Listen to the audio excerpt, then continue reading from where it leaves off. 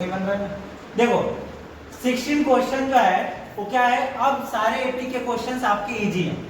हाँ, एपी के सारे क्वेश्चंस क्या है, इजी है। आप वैसे जब स्टार्टिंग में थोड़े से लगेंगे आपको, फिर धीरे धीरे आपको इजी अब इतने क्वेश्चन कर चुके हो कि आपको इजी हो जाना ही चाहिए, फिर भी आपको समझ में नहीं आएगा। पढ़ो क्वेश्चन क्या लिखा है, determine the APs whose third term is, मतलब जो गिवन है उसको पहले लिख लो।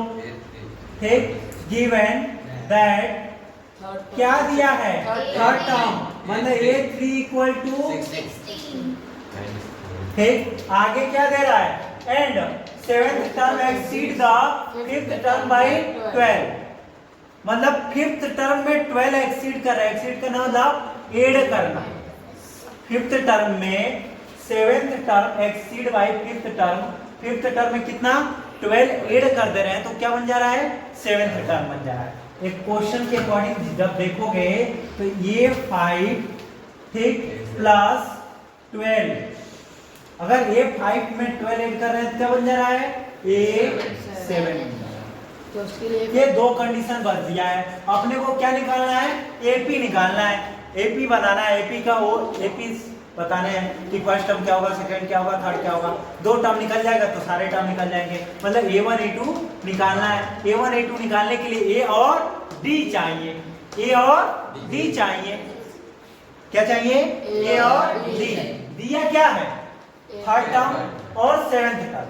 सेवेंथ टर्म में पूरा नहीं दिया है, कंडीशन दे दिया है कि फिफ्थ टर्म में 12 ऐड कर रहे हैं तो क्या बन रहा है, सेवेंथ टर्म। इन दोनों कंडीशन से हम ए और डी निकालेंगे। कैसे, देखो यहां से ध्यान से, रामेश आधे से हम देखना ध्यान से।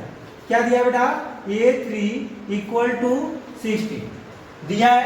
तो अब A3 का अपने को an का फार्मूला होता है कि an equal to a plus bracket में n माइनस 1 इंटू डी। तो A3 की जगह पे क्या आ जाएगा, 16। ये तो नहीं पता, लेकिन n क्या हो जाएगा, 3, क्योंकि ये 3 है तो n क्या है, 3 माइनस 1 इंटू डी नहीं पता, ए डी ही निकालना है।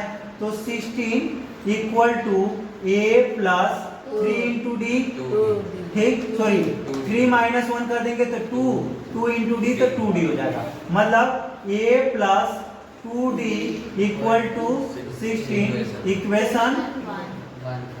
ठीक, दूसरा कंडीशन दिया हुआ है, क्या दिया है, ध्यान देना, क्या दिया है, A7 equal to A5 plus 12। ये दूसरा कंडीशन दिया है। दूसरे कंडीशन में करेंगे A7 के लिए क्या होता है बेटा, ध्यान देना कि A प्लस 6d लिख सकता हूं। कहोगे कि कहां से आया, सुनील समझ में आ रहा है, A प्लस 6d कहां से आया, नहीं आया, आया कैसे आया बेटा, देखो फार्मूला रखा तो an इक्वल टू होता है a प्लस n माइनस 1, तो n की जगह रख लेंगे 7 माइनस का 1 इंटू डी, समझ आ रहा है ना, इक्वल टू यहाँ a5 की जगह पे भी a plus 5 minus 1 into D plus 12।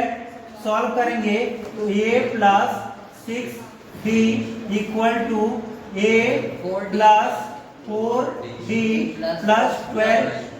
अब डी को a को इधर लाते हैं तो ये माइनस का a प्लस 6d, ये माइनस का 4d इक्वल टू, ये एक कैंसिल, एक प्लस में था एक माइनस में, ये 2d प्लस का 2d इक्वल टू 12।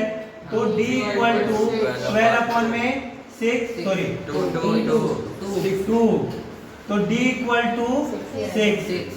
d की वैल्यू आ गई इक्वेशन हमारा। दूसरे कंडीशन से d की वैल्यू कहां पुट कर लेंगे, इक्वेशन 1 में, तो क्या निकल जाएगा, a की वैल्यू निकल जाएगा। ठीक है, किधर d की वैल्यू इक्वेशन 2 में, सॉरी इक्वेशन 1 में पुट कर लेते हैं। तो देखो इक्वेशन 1 क्या था, a plus 2d equal to 16, यहां लिख लो from equation 1, from equation 1। Equation 1 में क्या कर रहे हैं, d की वैल्यू पुट कर रहे हैं, तो वो भी लिख देना, putting the value of d in equation 1 या फ्रॉम इक्वेशन 1 से क्या हो जाएगा, d की वैल्यू रखेंगे तो a प्लस 2 इंटू d की वैल्यू कितनी आई है, 6, तो 6 इक्वल टू 16, 16, तो a प्लस 12 इक्वल टू 16, तो a इक्वल टू 16 माइनस का 12, तो a इक्वल टू 4, a की वैल्यू 4, तो a पीस बना लो, a पीस इक्वल टू क्या हो जाएगा, पहला 4, दूसरा d को ऐड कर देंगे, क्या हो जाएगा 10, 6 था d, फिर क्या हो जाएगा 16, डैश डैश डैश, ठीक ना। ये हमारा ए पीस बन गया, बस इतना ही पूछा था इस क्वेश्चन, ठीक।